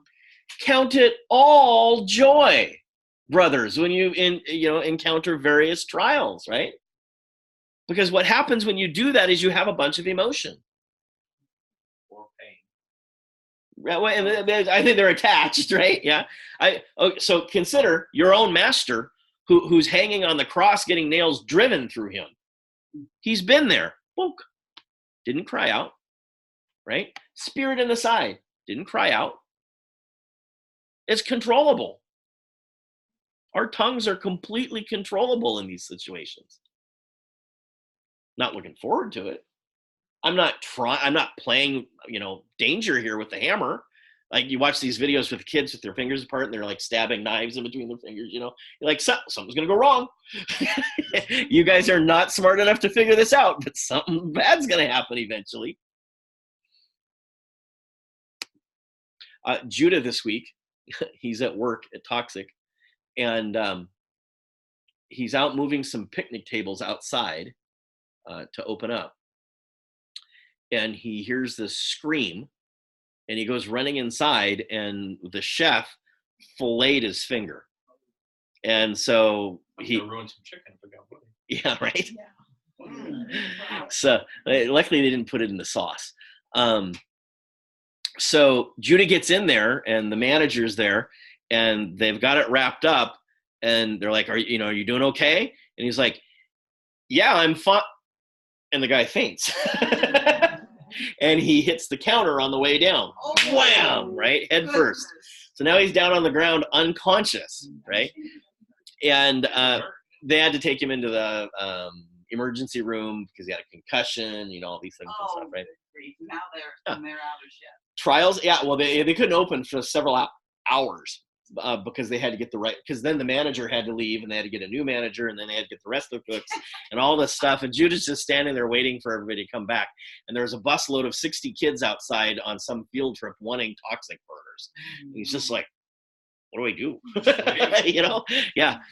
So again, life happens. You don't have to encourage, this to happen, but emotions are going to erupt. It's a normal part of life, right? And you can't, yeah, right? Yeah. Okay. So, sometimes we get mad at our kids or something like that. How long will it take you to learn this stuff? This is the opportunity to invite the Father into the conversation, right? What becomes a vehicle then is I pray, Master, my child's in your hands. I love her. You love her more than I do.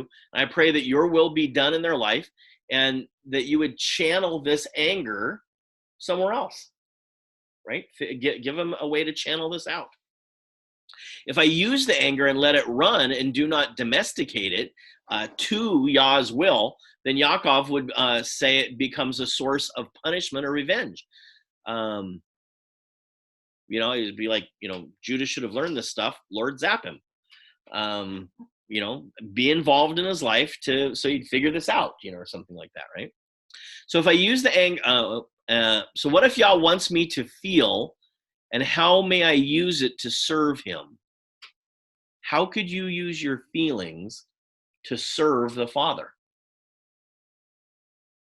Again, this is very challenging for me because I'm not like Mr. Feeling type thing. So the last year I've been working through a lot of this stuff, reading for feelings, looking for feelings and stuff. This is like very challenging. How does that channel my emotional energy so it becomes useful for him? Right. So we, again, like we might not say always use emotions, stress. How can I deal with, how can I use stress to somehow, for his glory? How can I use frustrating circumstances? Channel that passion. Yeah. And just to be aware that it's a possibility when you learn to sense those points to then turn it right back to God, right? Then you start taking new territory inside of you. All right, back to Shaul. Be angry and do not sin. So I can be justifiably angry over the brokenness of the world and the sin that takes place in the world, but it has to be in a way where I pray, Father, what can I do? How can I understand you more? How can I come to reconcile what this is all about? And how can I be used of you in that?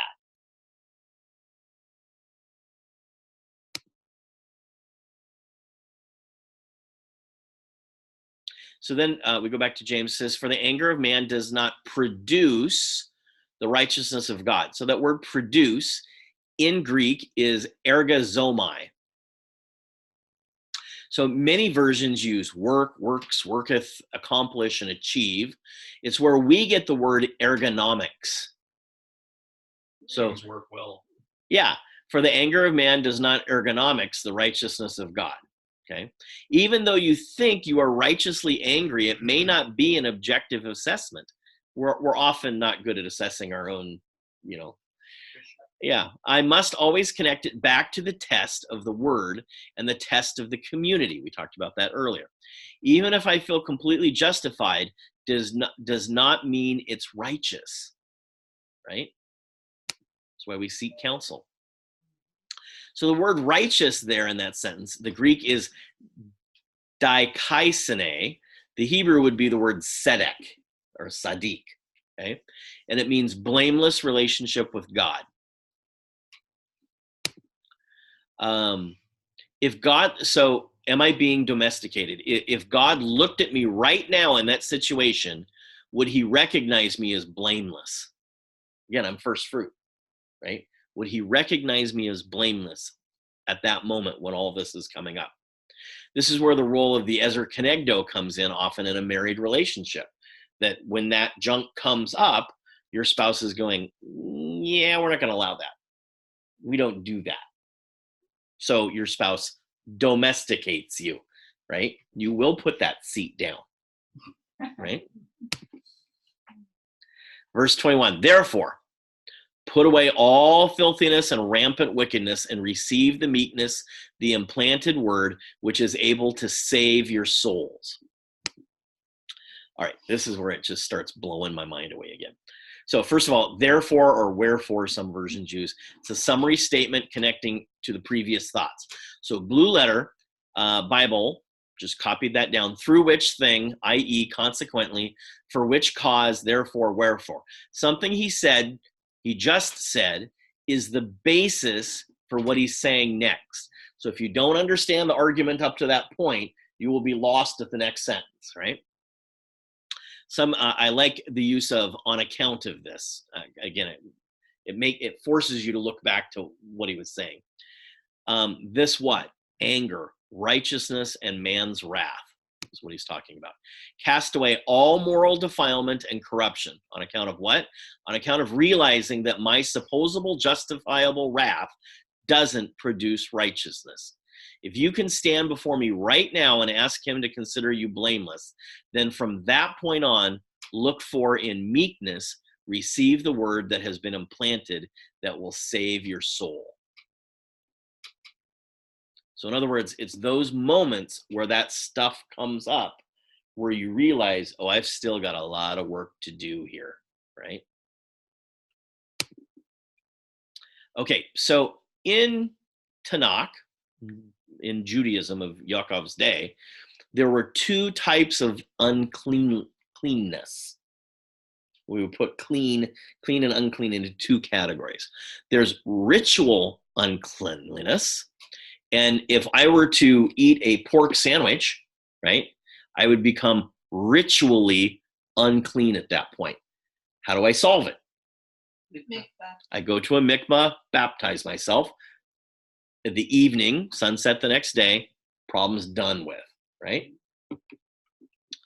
Okay, does that have anything to do with moral uncleanness in my heart? Not overtly. No. Not necessarily. So if someone slipped me a pork sandwich, okay, and I didn't know about it, is there a moral issue there? No. Okay. Now, if I know it's a pork sandwich and I eat it anyway, now there's probably we realize there's a deeper moral issue going on, right? Okay. So it's supposed to, but it doesn't have to. So the Parashim and the Sadducees were ritually clean, but were their hearts clean? Not so we lose. Clearly not, right? Because what did they want to do to Yeshua? Murder him, right? Okay. So Yaakov is not arguing for baptism, ritual cleanliness, but moral cleanliness of heart. Yaakov doesn't mention ritual purity, at least not up front. Okay. In Jerusalem, in the community of Jerusalem, everyone would already know that you have to be clean to go into the temple. That was a cultural thing, just like you knew that was a possum. He is writing about anger in the community. Why? People in the community are angry. Okay. So if there were not angry people, why would he write about it? They are angry, but they haven't done what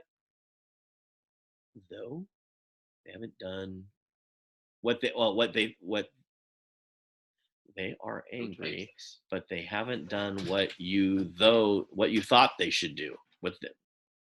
I don't know what I wrote there. So remember that vengeance belongs to the Lord, right? So they already had the ritual condition down. They need to figure out the moral condition of uncleanliness, okay? So these people are not trying to rush the temple priests and Levites to get in without a mikvah. They're not like trying, to run over the Levites. Oh, we're going in anyway. That's not what was going on. Yaakov is saying, I know you got the mikvah thing correct, and I know some of you are still going up to the temple with unclean hearts. You have an issue with your brother in the community, and you're furious at him. Deal with that first, and let's get to the heart of the matter, right? The ritual impurity is easy to deal with. The bigger issue is what's going on inside of here, okay? That's why he's using so much to talk about anger. Therefore, put away all filthiness and rampant wickedness, and receive with meekness the implanted word, which is able to save your soul. So that word two words, rampant wickedness there, again, you see lots of different words translated here. It's kakia in the Greek. I love King James here. The superfluity of naughtiness.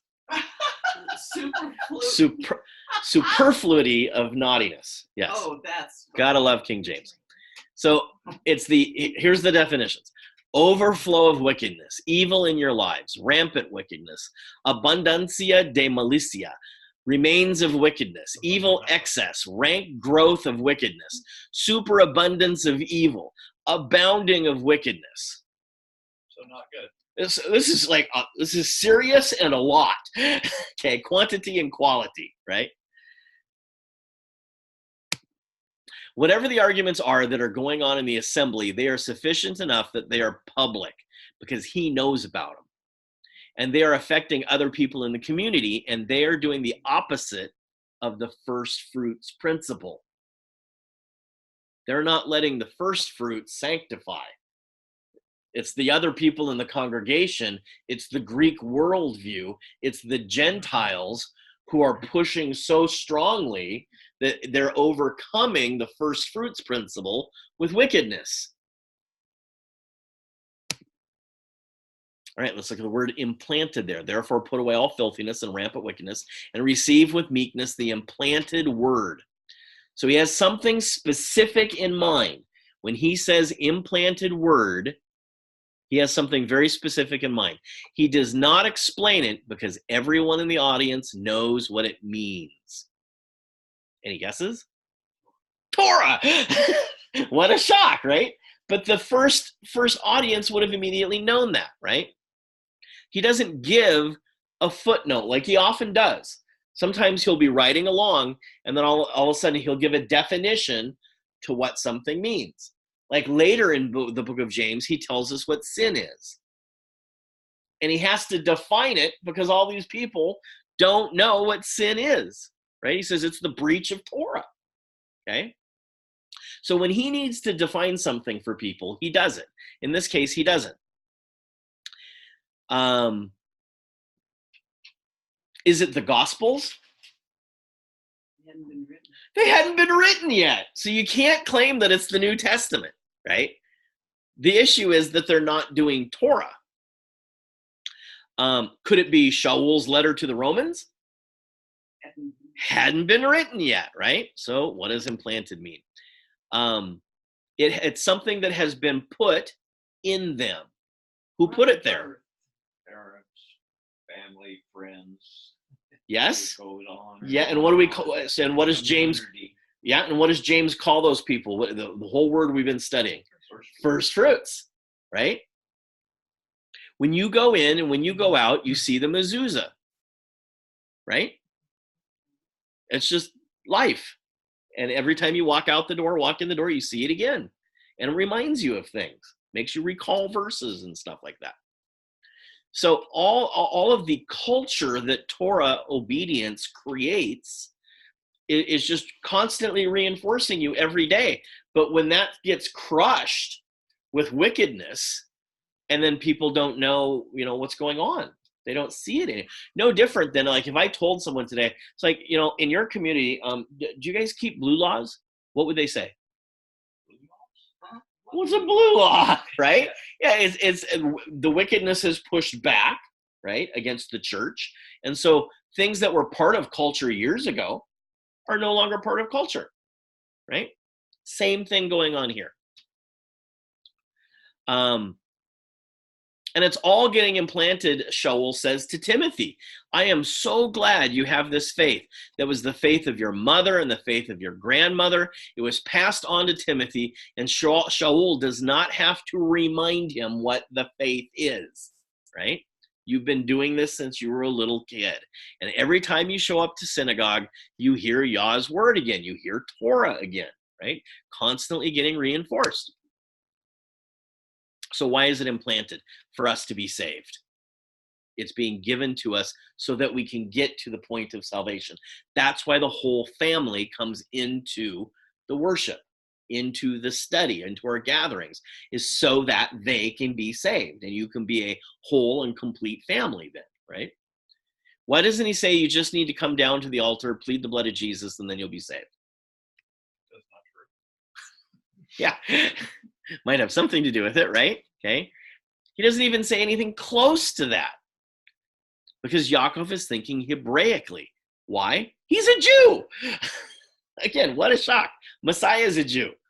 James is a Jew, right? Paul's a Jew. It's like God's sitting in heaven. He's like, whoa, I didn't see that coming.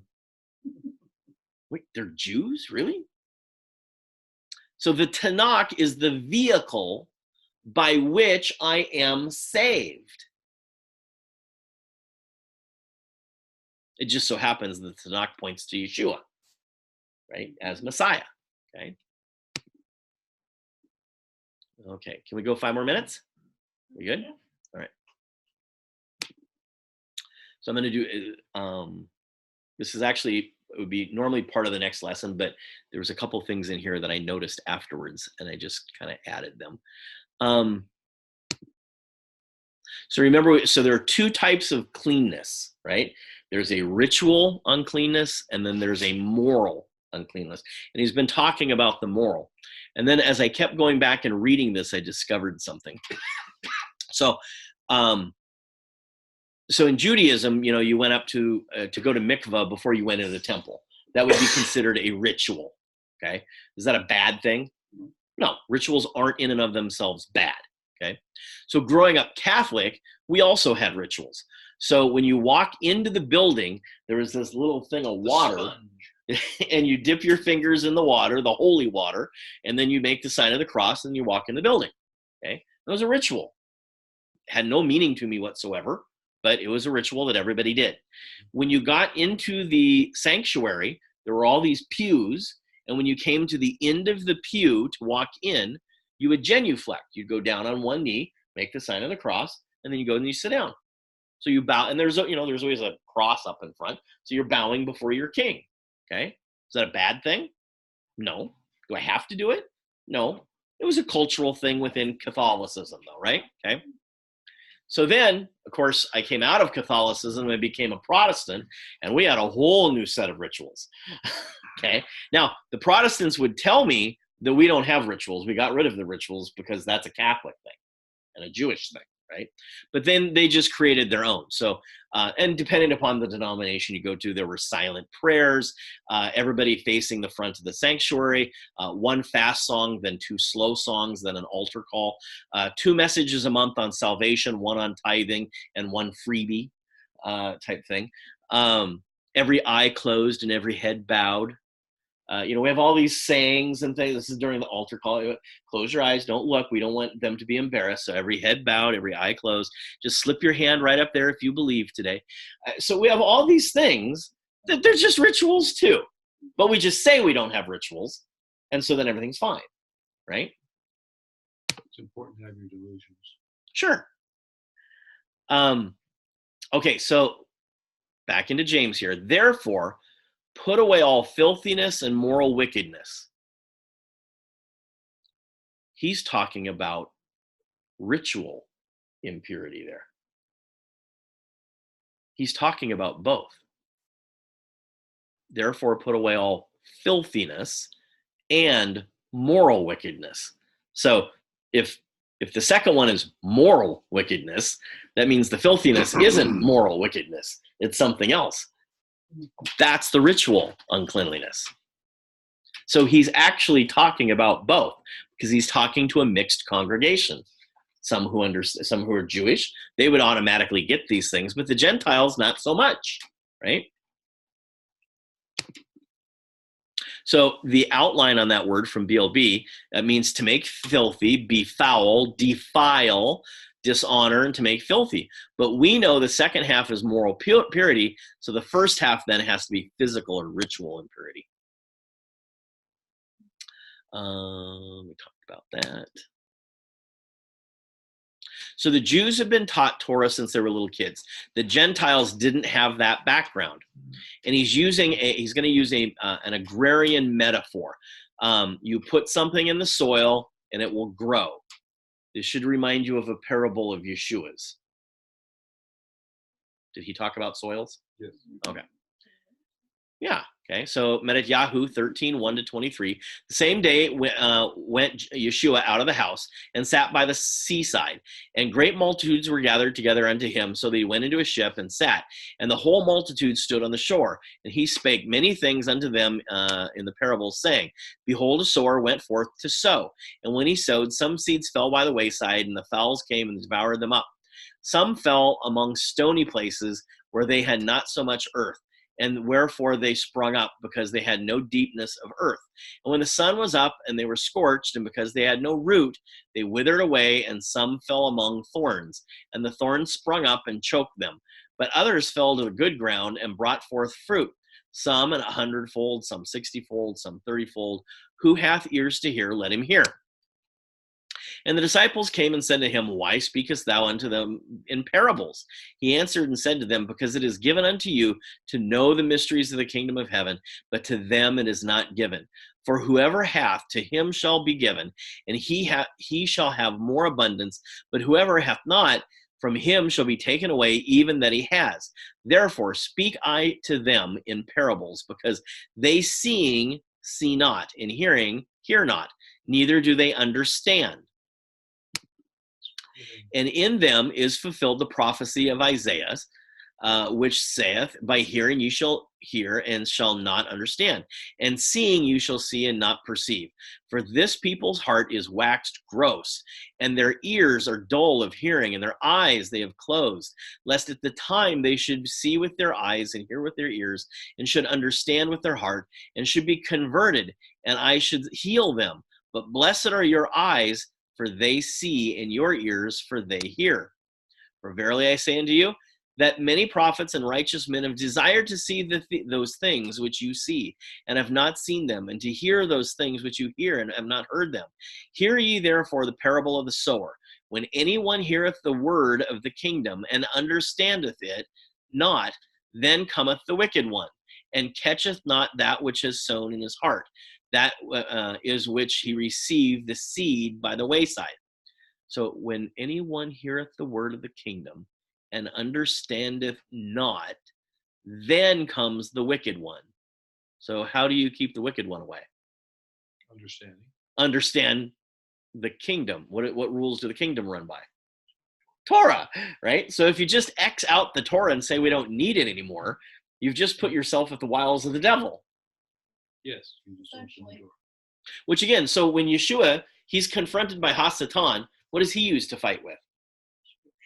Torah, right? He fights with the word of God, Torah. So in Christianity, we're going to use Paul's words. Well, it's like giving him a pea shooter.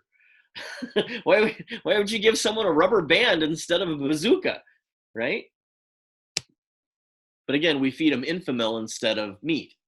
So, but he that receives, good milk. it's not even good milk, yeah. It barely keeps you alive. But he that receiveth the seed in the stony places, the same is he that heareth the word, and anon with joy receiveth it. Anon. It does say anon? A-N-O-N. That's King James. Okay, that's what I thought. It was like a subscript that got made big. Okay, yet hath he not root in himself, but endureth for a while.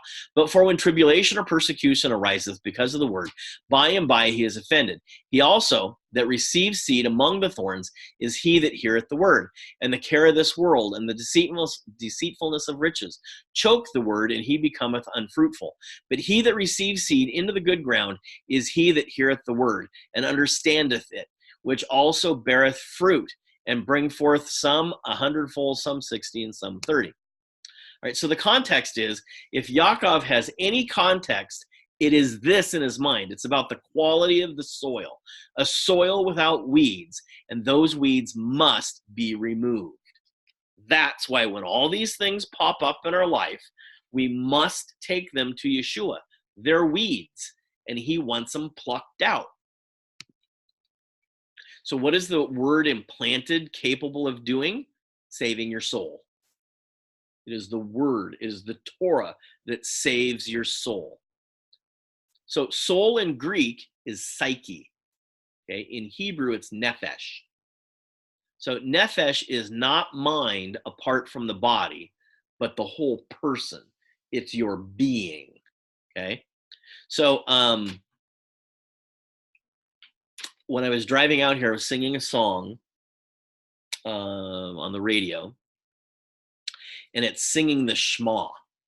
And it says in the song, it says, I will love you with all of my heart, mind, soul, or strength, and something else. I forget how it's. But there's 4 things in there, right? There's not. Soul, mind, strength.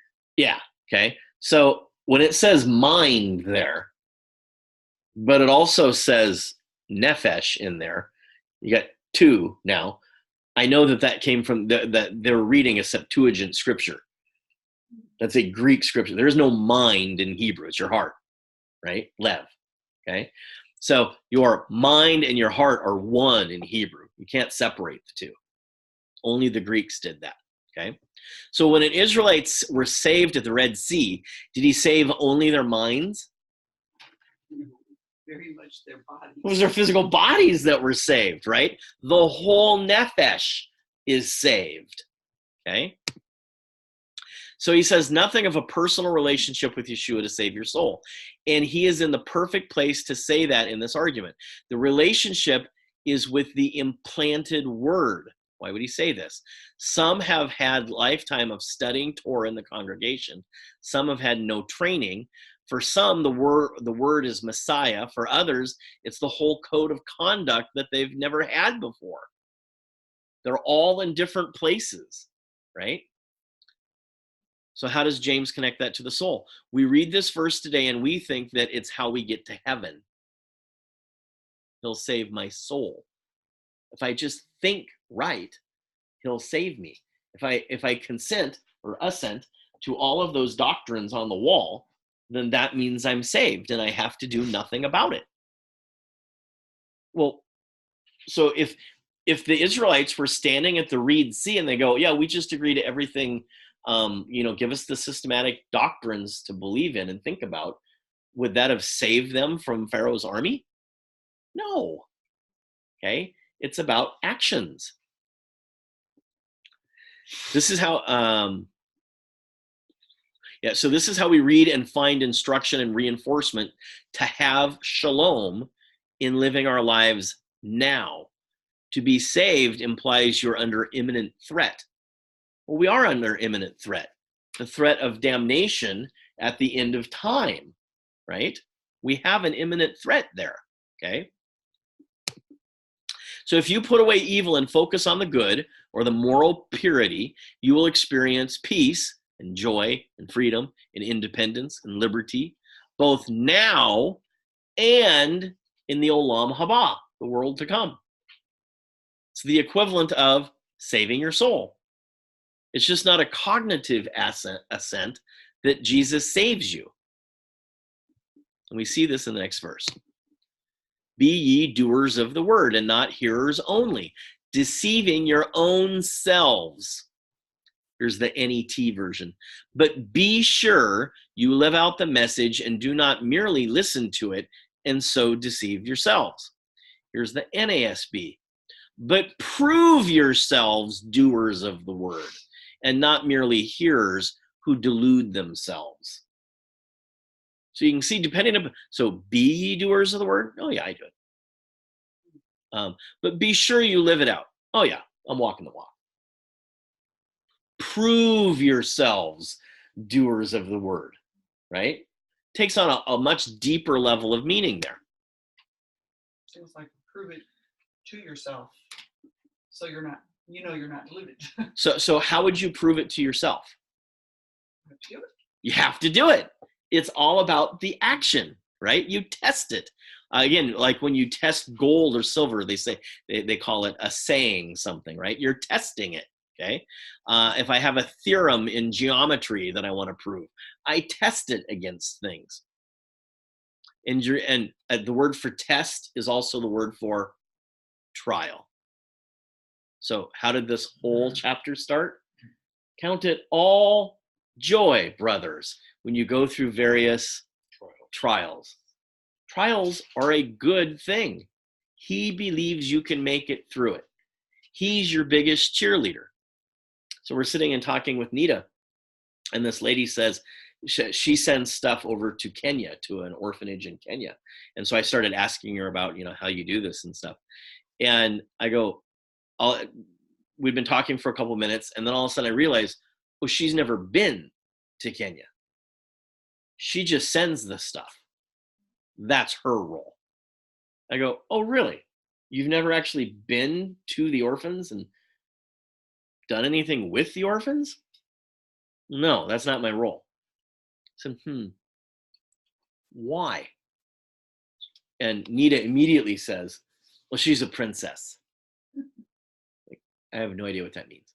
So I'm just gonna wait for the discussion to explain this to me, And she goes, yeah, we don't think that we actually have enough suitcases to carry her makeup products and her shoes. So this would create a huge problem to go to, Kenya.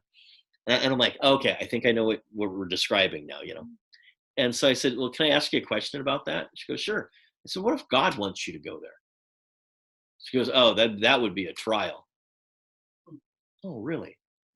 Wouldn't that be a good thing? Well, no, a trial wouldn't be a good thing. What about that verse in James? Count it all joy, brothers, when you run into various trials. Aren't trials good things? Well, I've never looked at it that way. Oh, I have to go now. Glad I just blew your life apart.